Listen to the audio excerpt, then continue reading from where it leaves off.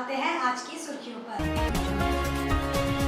जमशेदपुर के सांसद और जमशेदपुर पूर्वी की विधायक ने बिरसा नगर में पीएम आवास योजना कार्यस्थल का संयुक्त रूप से किया निरीक्षण। मुंबई पुलिस ने 13 बांग्लादेशी घुसपैठियों को किया गिरफ्तार, जिनके पास से झारखंड के बने फर्जी आधार कार्ड हुए बरामद। केंद्र सरकार की मजदूर विरोधी नीतियों के खिलाफ झारखंड श्रमिक संघ का मजदूर सम्मेलन का 1 मई को होगा आयोजन। खबरें अब विस्तार से। जमशेदपुर के सांसद विद्युत वरण महतो और जमशेदपुर पूर्वी की विधायक पूर्णिमा साहू ने सोमवार को पूर्वी विधानसभा क्षेत्र अंतर्गत बिरसा नगर में प्रधानमंत्री आवास योजना के तहत बन रहे मकानों और कार्यस्थल का संयुक्त रूप से निरीक्षण किया।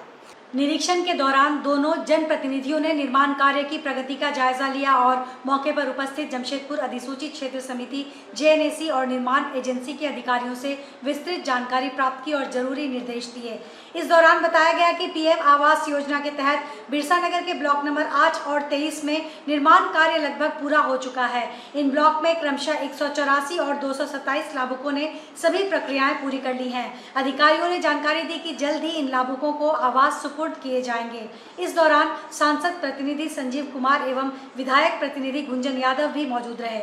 निरीक्षण के दौरान सांसद विद्युत वरण महतो ने जिला उपायुक्त अनन्य मित्तल से दूरभाष पर वार्ता कर योजना से जुड़ी विसंगतियों और नागरिक सुविधाओं को लेकर शीघ्र समीक्षा बैठक आयोजित करने का आग्रह किया। वहीं विधायक पूर्णिमा साहू ने कहा कि पूर्ववर्ती भाजपा सरकार ने प्रधानमंत्री नरेंद्र मोदी के हर बेघर को पक्का घर देने के सपने को साकार करने के उद्देश्य से बिरसा नगर क्षेत्र में 9,592 पक्के मकानों के निर्माण की स्वीकृति दी थी। उन्होंने बताया कि योजना का लाभ उन लोगों को देने की योजना बनाई गई थी जो वर्षों से किराए के मकानों में रह रहे हैं और एक पक्के घर के स्वप्न को संजोए हुए हैं। विधायक ने कहा कि भाजपा सरकार ने इस दिशा में ठोस प्रयास किए थे और अब इस कार्य को शीघ्र पूर्ण करने की आवश्यकता है।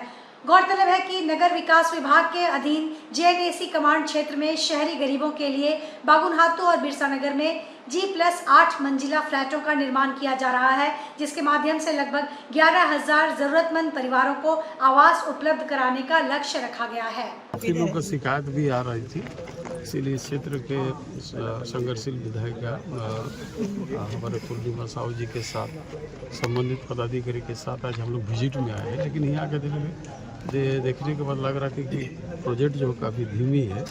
लगभग 24 ब्लॉक है, 2 ब्लॉक लगभग जो है अभी फिनिश के कागर पर है। लेकिन ये तब माना जाएगा जब बिजली होगा, पानी होगा, सड़क होगा। लेकिन अभी बातचीत हुआ तो इन लोगों का कहना है कि बिजली के लिए हम लोग बातचीत कर रहे हैं तो उसमें लगभग 1 करोड़ रुपया उन लोगों ने मांगा है। तो इस तरह पब्लिक का सुविधा में 1 करोड़ रुपया जमा करना, इसके लिए जिला के मालिक से बात करना जरूरी। भाई 1 करोड़ क्यों देंगे जब यहाँ पब्लिक फैसिलिटीज़ देना है और उनके माध्यम से हर जगह लगता है। 1 करोड़ रुपया बड़ा होता है। 1 करोड़ रुपया के लिए पूरा प्रोजेक्ट रुक जाएगा। पानी, बिजली, रास्ता, ये 3 चीज़ बनने के बाद जो लगभग 600 परिवार, अभी 600 परिवार जो लगभग वो लोग पैसा जो है दे चुका है, 4 इंस्टॉलमेंट वो लोग दे चुका है। हम लोग कोशिश यही कर रहे हैं कि स्पीडली अगर इन लोग को 600 परिवार को इसमें ला दिया जाए 8 और 23 में, तो लोगों में उत्साह बढ़ेगा। में हम यही देखने आए थे कि गति इतनी धीमी क्यों हो गई है हमारी प्रधानमंत्री आवास योजना की। तो बहुत सारी चीज़ें जो है वो निकल के आई है। हम चाहते हैं एक जिला स्तरीय बैठक जिसके कारण जो ये गति धीमी हुई है, बहुत सारी चीज़ें निकल के आई है कि यहाँ पे पानी का कनेक्शन नहीं आने की वजह से, बिजली का कनेक्शन नहीं होने, और सबसे बड़ी बात ये है कि जहाँ पे शेयर होता है, आप देखेंगे हमारे स्टेट का शेयर है, हमारे सेंट्रल का शेयर है, वहीं जो लाभुक है उनका भी शेयर होता है। तो जब तक यहाँ बताया गया है कि स्टेट और सेंट्रल का शेयर तो इसमें लग चुका है पूरी तरह से, बट कमी वहाँ पे आ रहा है जहाँ पे लाभुकों का शेयर लगना है। तो बस उनको लोन नहीं मिलने की वजह से या तो वो अपना जो राशि है वो नहीं जमा करवा पा रहे हैं, या तो फिर और किसी वजह से जो है वो अपना राशि नहीं जमा करवा पा रहे हैं, जिसकी वजह से जो काम है वो गति और भी धीमी हो गई है। तो उसी को लेकर आज हमने निरीक्षण किया और जिला स्तरीय बैठक अगर हो जाता है उपायुक्त साहब के साथ, तो फिर हम इस जो काम अभी धीमा हो गया उसको और तेजी प्रदान हो सकती है। मुंबई पुलिस ने 13 बांग्लादेशी घुसपैठियों को गिरफ्तार किया है, जिनके पास से साहिबगंज झारखंड के बने फर्जी आधार कार्ड बरामद हुए हैं। इन सभी के आधार कार्ड में 1 जनवरी की जन्मतिथि दर्ज है। वहीं इस मुद्दे को लेकर झारखंड के पूर्व मुख्यमंत्री चंपाई सोरेन ने सरकार को घेरा है। उन्होंने कहा कि मैं जो आंदोलन झारखंड में चला रहा हूं, वह आंदोलन शीशे की तरह साफ होता दिखता है। झारखंड सरकार सिर्फ वोट बैंक के लिए झारखंड के अस्तित्व को खत्म करती जा रही है। पिछले हफ्ते चकुलिया में एक समुदाय विशेष के 3000 फर्जी जन्म प्रमाण पत्र बनाने की खबर मिली थी। इन घटनाओं से यह स्पष्ट है कि मुर्शिदाबाद के तर्ज पर अवैध घुसपैठियों को झारखंड में फर्जी डॉक्यूमेंट बनाकर दिए जा रहे हैं। हमने पहले भी कहा था कि बंगाल के बाद झारखंड इन अवैध घुसपैठियों का गढ़ बन चुका है। पाकुड़ एवं साहेबगंज जैसे इलाकों में आदिवासी समाज अल्पसंख्यक बन चुका है, लेकिन सत्ता के मत पर चूर इस अंधी बहरी सरकार को कुछ भी दिखाई अथवा सुनाई नहीं देता। झारखंड में जब भी कभी भी हम लोग घुसपैठ का मुद्दा उठाते हैं तो सत्ता पक्ष केंद्र सरकार पर सारी जिम्मेदारी डालने लगता है। यह घुसपैठी पिछले कई दशकों से लगातार आ रहे हैं और कई जगह खुला बॉर्डर होने तथा बंगाल सरकार द्वारा बाड़ा लगाने हेतु जमीन नहीं देने की वजह से इन्हें रोकना आसान नहीं है। सवाल यह है कि यह अगुआ सरकार इन घुसपैठियों को संरक्षण क्यों दे रही है? क्या आदिवासियों एवं मूलवासियों को दरकिनार कर इन्हें घुसपैठियों को बचाने बसाने के लिए अलग झारखंड राज्य बनाना था? अब के महीना से झारखंड प्रदेश में इस विषय पर हमने अभियान चालू किया। बांग्लादेशी घुसपैठ और धर्म परिवर्तन वो सामने देखने को मिलना शुरू हो गया।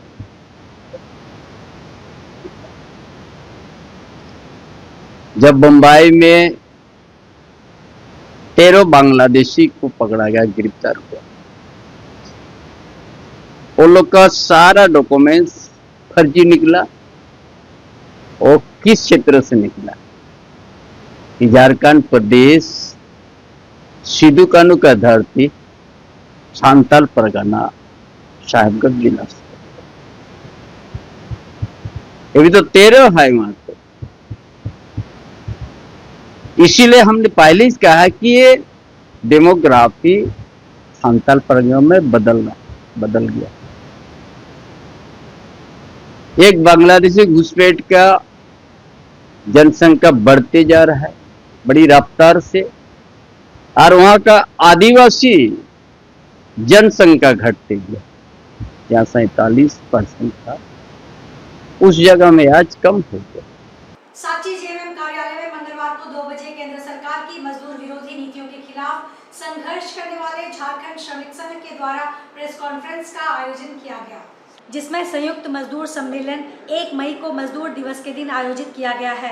यह कार्यक्रम न्यू सीताराम डेरा के आदिवासी एसोसिएशन हॉल में सुबह 11 बजे से शाम के 5 बजे तक आयोजित किया जाएगा, जिसके मुख्य अतिथि झारखंड के शिक्षा मंत्री रामदास सोरेन होंगे।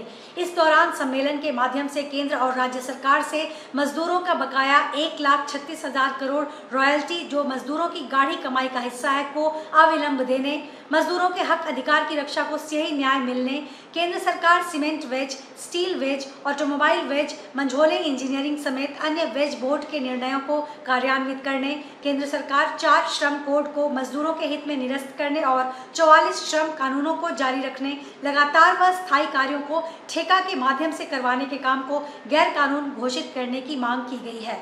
इस कार्यक्रम में झारखंड असंगठित मजदूर यूनियन के अध्यक्ष एसके घोषाल, झारखंड श्रमिक संघ के केंद्रीय संयुक्त महासचिव शैलेंद्र मैथी, झारखंड वर्कर्स यूनियन केंद्रीय महासचिव के ओम प्रकाश सिंह समेत अन्य कार्यकर्ता उपस्थित रहे।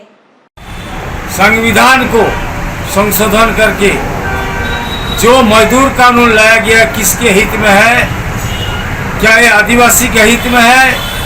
तमाम इस क्षेत्र में जो खदानों को खोदा जा रहा है, पहाड़ों को तोड़ा जा रहा है, जंगल को काटा जा रहा है, उद्योग की विकास हो रही है, लेकिन मजदूर का शोषण नीति पर कोई सुधार नहीं हो रहा है, बल्कि मजदूर को खत्म करने की जो साजिश किया जा रहा है, इस संबंध में हम लोग संघर्ष का आह्वान करेंगे। 1 तारीख को क्या विशेष होगा? विशेष होगा, हमारे माननीय मुख्य शिक्षा मंत्री महोदय माननीय रामदास सोरेन जी इसका मुख्य अतिथि के रूप में हम लोग उनको अभिनंदन करेंगे और सरकार की ओर से ये तमाम कानून को विचार करके मजदूर हित में लागू करने के लिए उनको अनुरोध किया जाएगा। अंतर्राष्ट्रीय स्तर पर अपना व्यवसाय किस तरह बेहतर कर सके, इसे लेकर Indo American chamber of commerce का जमशेदपुर में शुभारंभ किया गया। इसे लेकर कृष्ण कुमार खरिया ने जानकारी दी है कि इस IACC का उद्देश्य जमशेदपुर और आदित्यपुर सहित पूरे झारखंड के उद्यमियों को अंतर्राष्ट्रीय व्यवसाय में अपनी भागीदारी बढ़ाना है। इसे लेकर प्रत्येक महीने 2 से 3 सत्र में कार्यशाला का आयोजन किया जाएगा। यह प्रशिक्षण 8 महीने तक निःशुल्क प्रदान किया जाएगा ताकि उद्यमी अपने उत्पादन अंतर्राष्ट्रीय बाजार में गुणवत्ता युक्त प्रस्तुत कर सके। इसे लेकर देश एवं विदेश के प्रशिक्षक के माध्यम से इन्हें प्रशिक्षित किया जाएगा। हम लोग Indo American chamber of commerce से हैं। हमारे यहाँ पे जमशेदपुर में एक जमशेदपुर डेस्क है।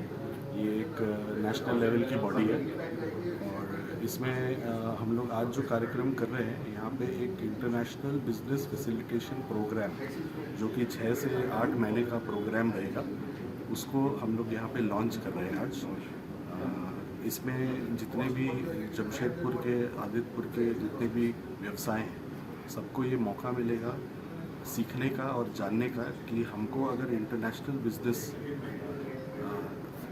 करना है यहाँ जमशेदपुर से, तो हमको क्या क्या चीज़ों के बारे में जानकारी होनी चाहिए, क्या क्या हमारे पास कैपेबिलिटीज़ होनी चाहिए, ताकि हम लोग यहाँ पे जो जमशेदपुर में एक हम लोग टाटा मोटर्स और कुछ कंपनियों के दायरे में रहते हैं, तो कैसे हम अपने मार्केट को बढ़ाएं और कैसे यहाँ की जमशेदपुर की जो आदित्यपुर की इंडस्ट्री है वो कैसे और बहुत मल्टीपल फोल्ड ग्रो करे।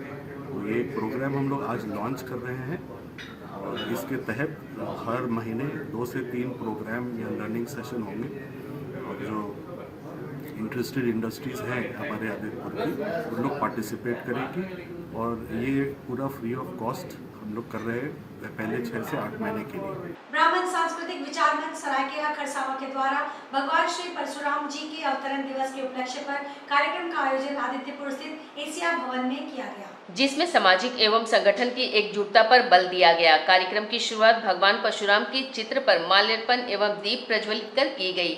मौके पर सम्मानित अतिथियों में रिटायर्ड DSP कमल किशोर पांडे, कांग्रेस जिला अध्यक्ष अंबुज पांडे, डॉक्टर पवन पांडे, वीरेंद्र तिवारी, DK मिश्रा, संत कुमार पांडे मौजूद रहे। जहां इन वक्ताओं ने भगवान श्री परशुराम जी की कृति, जीवनी और संदेश को लोगों के बीच रखा। इस मौके पर मौजूद अतिथि अंबुज कुमार पांडे ने कहा कि भगवान परशुराम केवल ब्राह्मण समाज के लिए नहीं बल्कि पूरी सृष्टि के लिए प्रेरणा स्रोत है। इन्होंने कहा कि भगवान परशुराम ने असुरों का नाश कर समाज में अमन, शांति, भाईचारे को बढ़ाया।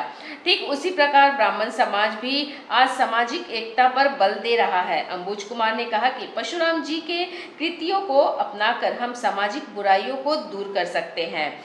कार्यक्रम के समापन पर पहलगाम आतंकी हमले में मारे गए लोगों को श्रद्धांजलि देते हुए 2 मिनट का मौन रखा गया। जैसा कि आप लोगों को पता है, अक्षय तृतीया है और आज भगवान विष्णु के 6वें अवतार देवाधिदेव श्री परशुराम जी का अवतरण दिवस है।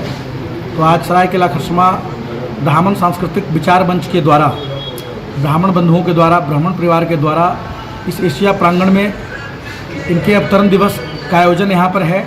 आज सैकड़ों की संख्या में विभिन्न समाज समेत ब्राह्मण समाज के लोग एकत्रित होकर के भगवान परशुराम जी के कृति को स्मरण करते हुए इनके श्री चरणों में पुष्प अर्पित कर रहे हैं और भगवान का जो कृत्य था, इनके जो संदेश थे, उसको हम लोग चरितार्थ करते हुए, उनका स्मरण करते हुए अमन, चैन, शांति की स्थापना के लिए, समाज में भाईचारे की स्थापना के लिए एक सार्थक प्रयास की दिशा में हम लोग आगे बढ़ रहे हैं कि जिस प्रकार महर्षि परशुराम जी, भगवान परशुराम जी ने अताताइयों का अंत करके इस पृथ्वी पर अमन, चैन और भाईचारे का वातावरण कायम किया था, उसी प्रकार ब्राह्मण समाज के खुशहाली के लिए, सुख शांति के लिए, समृद्धि के लिए, अमन चैन कायम करने के लिए भगवान परशुराम जी के श्री चरणों में है और हम लोग अमन चैन कायम करने के लिए इनको स्मरण कर रहे हैं। टाटा स्टील का समर कैंप इस साल 9 मई से 30 मई तक GRD टाटा स्पोर्ट्स कॉम्प्लेक्स में आयोजित किया जाएगा।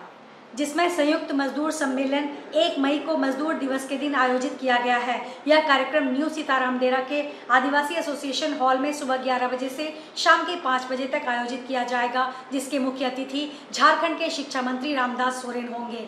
इस दौरान सम्मेलन के माध्यम से केंद्र और राज्य सरकार से मजदूरों का बकाया 1,36,000 करोड़ रॉयल्टी, जो मजदूरों की गाढ़ी कमाई का हिस्सा है, को अविलंब देने, मजदूरों के हक अधिकार की रक्षा को सही न्याय मिलने, केंद्र सरकार cement wage, steel wage, automobile wage, मंझोले इंजीनियरिंग समेत अन्य वेज बोर्ड के निर्णयों को कार्यान्वित करने, केंद्र सरकार 4 श्रम कोड को मजदूरों के हित में निरस्त करने और 44 श्रम कानूनों को जारी रखने, लगातार व स्थायी कार्यों को ठेका के माध्यम से करवाने के काम को गैर कानून घोषित करने की मांग की गई है। इस कार्यक्रम में झारखंड असंगठित मजदूर यूनियन के अध्यक्ष SK घोषाल, झारखंड श्रमिक संघ के केंद्रीय संयुक्त महासचिव शैलेंद्र मैथी, झारखंड वर्कर्स यूनियन केंद्रीय महासचिव के ओम प्रकाश सिंह समेत अन्य कार्यकर्ता उपस्थित रहे। समर कैंप 2025 के लिए हम लोग आज यहाँ सब इकट्ठे हुए हैं और हर साल की तरह इस साल भी sports department GRD Tata sports complex में समर कैंप का आगाज़ करने जा रहा है। आज हम लोग यहाँ इकट्ठे हुए हैं, जबकि रजिस्ट्रेशन को हमने फॉर्मल तरीके से लॉन्च किया है। समर कैंप इस टाइम 9 से 30 मई तक रहेगा और ओपनिंग डे 9th है और क्लोजिंग डे 31st रहेगा। एंड आई होप जैसे लास्ट ईयर तक रहा कि काफ़ी बच्चे इसमें पार्टिसिपेट करेंगे। इसमें हमने गार्डियंस के लिए भी कुछ और पेरेंट्स के लिए भी कुछ प्रोग्राम रखे हैं, ताकि वो जब बच्चों के साथ आएँ तो यहाँ उनको भी पार्टिसिपेट करने का और एक्टिविटीज़ में भाग लेने का मौका मिले। कमलपुर थाना क्षेत्र अंतर्गत ओडिया पंचायत मंडप के समीप मुख्य सड़क पर तेज रफ्तार एक हाईवा ने बाइक सवार को बुरी तरह से कुचल दिया। घटना में एक युवक की घटनास्थल पर ही दर्दनाक मौत हो गई। कमलपुर थाना क्षेत्र अंतर्गत ओडिया पंचायत मंडप के समीप मुख्य सड़क पर तेज रफ्तार एक हाईवा ने बाइक सवार को बुरी तरह से कुचल दिया।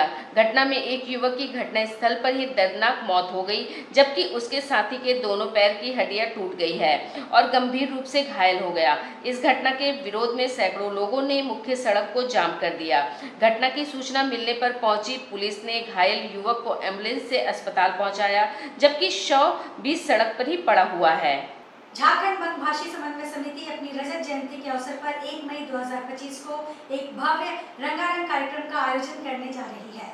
यह कार्यक्रम संध्या 6:30 से रविंद्र भवन साक्षी में आयोजित होगा, जिसमें जी बांग्ला सारेगामापा 2024 की शीर्ष प्रतियोगी आरात्रिका सिन्हा अपनी सुरीली आवाज का जादू बिखेरेंगी। कार्यक्रम की विस्तृत जानकारी देते हुए समिति के अध्यक्ष श्री विकास मुखर्जी एवं महासचिव श्री संदीप सिन्हा चौधरी ने बताया कि इस वर्ष समिति अपनी रजत जयंती मना रही है और इसी के अंतर्गत पूरे वर्ष समिति द्वारा विभिन्न प्रकार के कार्यक्रम किए जा रहे हैं।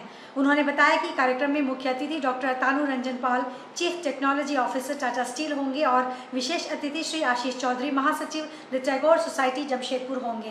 कार्यक्रम कुल 2 घंटे तक चलेगा, जिसमें अतिथियों का स्वागत के उपरांत समिति द्वारा विगत 25 वर्षों में किए गए कार्य को दर्शाते हुए एक स्मारिका का विमोचन किया जाएगा। इस अवसर पर समिति के सदस्यों ने बताया कि यह कार्यक्रम शहर के सांस्कृतिक परिदृश्य में एक महत्वपूर्ण आयोजन होगा और शहरवासियों को अपनी संस्कृति और कला का प्रदर्शन करने का अवसर प्रदान करेगा।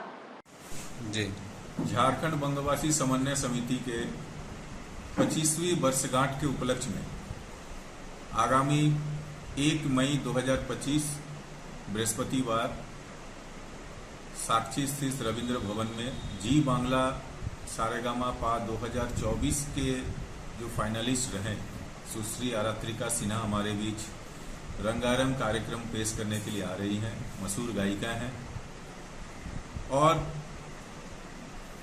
विगत 25 वर्षों से झारखंड वनवासी समन्वय समिति ने बंगला भाषियों के लिए, बंगला भाषा के लिए, उत्थान के लिए, उसके संरक्षण के लिए, प्रचार प्रसार के लिए जो भी कार्य किए हैं उसका एक पुस्तक का विमोचन भी हम लोग उस दिन करेंगे। मुख्य अतिथि को द्वारा किया जाएगा।